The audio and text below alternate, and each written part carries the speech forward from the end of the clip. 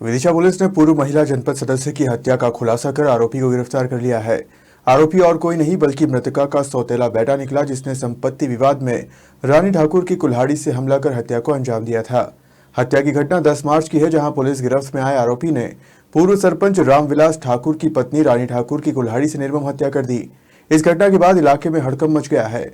Vidisha ASP doctor प्रशांत चौबे ने खुलासा करते हुए बताया कि महिला की हत्याकांड में रानी ठाकुर के सौतेले पुत्र 22 वर्षीय प्रशांत ठाकुर को गिरफ्तार किया गया है।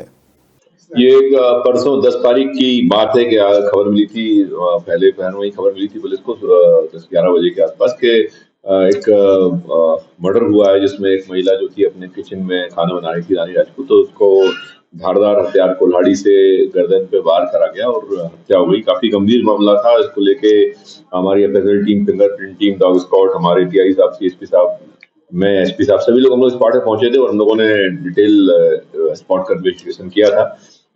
चूंकि केस ब्लाइंड था तो इसलिए काफी इसमें पूरी टीम, हमारी साइबर की टीम ने भी इसमें मेहनत करी और सभी ने लग के इसमें प्रयास किया कि आखिर कत्ल की वजह क्या रही है और किस प्रकार से कत्ल किया गया है। जो स्पॉट था उसकी स्थिति ये थी कि बड़ा सा घर है उनका और गेट के अंदर फिर एक दूसरा गेट है, उसके अंदर उनका घर है जिसमें वो रहते हैं और बाकी सामने एक बड़े से उसमें दूसरे उनके परिवार के लोग रहते हैं। और वहाँ जो स्पॉट है वहां पे ये जो मृतिका है, इसकी पूर्व पत्नी से उसके पति के 2 बच्चे हैं। तो एक लड़का प्रशांत जो 26 साल का है करीब, एक लड़की 24 साल की है जो वो थी, और ये जो पति थे इनके, ये कुछ देर पहले खेत पे जाना बताया गया था। इसमें मुख्य रूप से पुलिस ने डिटेलिंग करी, इसके बाद जेरोइंग करी, तो ये क्लियर हो गया था कि 3 के अलावा किसी चौथे का एंट्री या इंट्रूजन वहां पे नहीं है।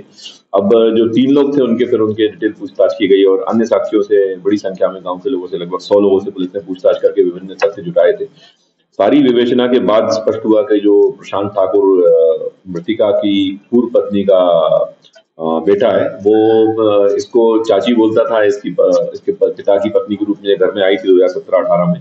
तब से ही वो नाराज था, इवन शादी का भी उसने मना किया था कि नहीं करना है। और शादी के दौरान कुछ प्रॉपर्टी को लेके भी बात हुई थी कि जब ये शादी करेगी तो उन्होंने इसको कमिट किया था कि 10-15 बीघा जमीन ये उसके नाम लिख देंगे।